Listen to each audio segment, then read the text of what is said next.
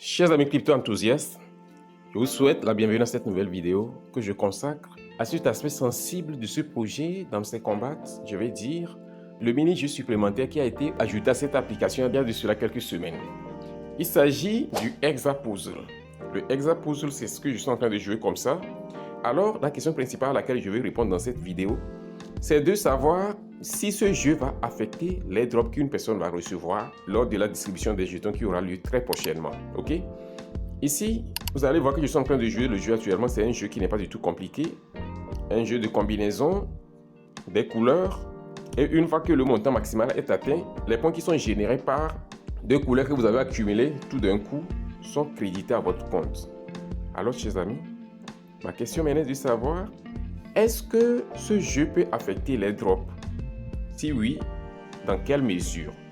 Sinon, quelle est la raison? Ok? Alors, chers amis, regardez bien ce jeu. Comme vous pouvez le voir, il nous permet de gagner des points supplémentaires. Et comme vous le savez tous, les points que nous gagnons sont utilisés pour un but fondamental. Le but, c'est de nous permettre de générer plus de profit par heure à travers les cartes combos que nous activons et qui augmentent notre PPH et aussi pour acheter les skins. C'est les deux raisons fondamentales pour lesquelles nous avons les points qui sont dans le solde principal. Alors, si je joue ce jeu-là, ou bien si je ne joue pas ce jeu, va-t-il affecter mon airdrop? Si je ne joue pas ce jeu et que mes points qui sont sur mon solde principal, je les utilise pour upgrader mon profit par heure, alors je n'ai pas de problème. Parce que mon PPH est la chose la plus importante et c'est ce sur quoi principalement l'airdrop va être axé. Et ils ont dit que sur d'autres paramètres d'activité. D'accord? Donc en jouant ceci, c'est un plus que les développeurs de ce projet nous offrent, nous permettant donc de gagner plus de jetons quotidiennement afin d'augmenter notre PPH et également l'achat des skins. Ok? À part ce que je suis en train d'expliquer. Alors, il est très simple. Vous n'êtes pas obligé de jouer ce jeu. Vous n'êtes pas obligé de le jouer. Si vous le jouez, tant mieux. Si vous ne le jouez pas, il n'y a pas de souci. Quand on va dans les paramètres de l'airdrop, je vais aller là-bas rapidement. Alors, je pense qu'il est temps maintenant de quitter ce jeu. Je vais quitter le jeu. Vous voyez. Lorsque vous regardez ici, vous allez voir au niveau des points là.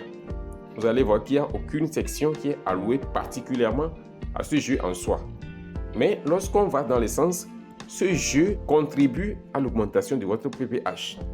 Il contribue pourquoi? Parce que lorsque vous arrivez à gagner assez de jetons là-bas quotidiennement, ça vous permettra d'augmenter votre PPH. C'est ça ici, c'est simplement ça. Donc ça peut affecter les drops ou bien ça peut ne pas affecter les drops.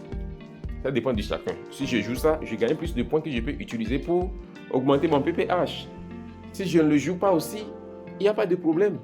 Les développeurs du projet ne vont pas dire non, parce que tu n'as pas joué le jeu Hexapuzzle, là tu es disqualifié, voici la pénalité que tu encours. Non, pas du tout.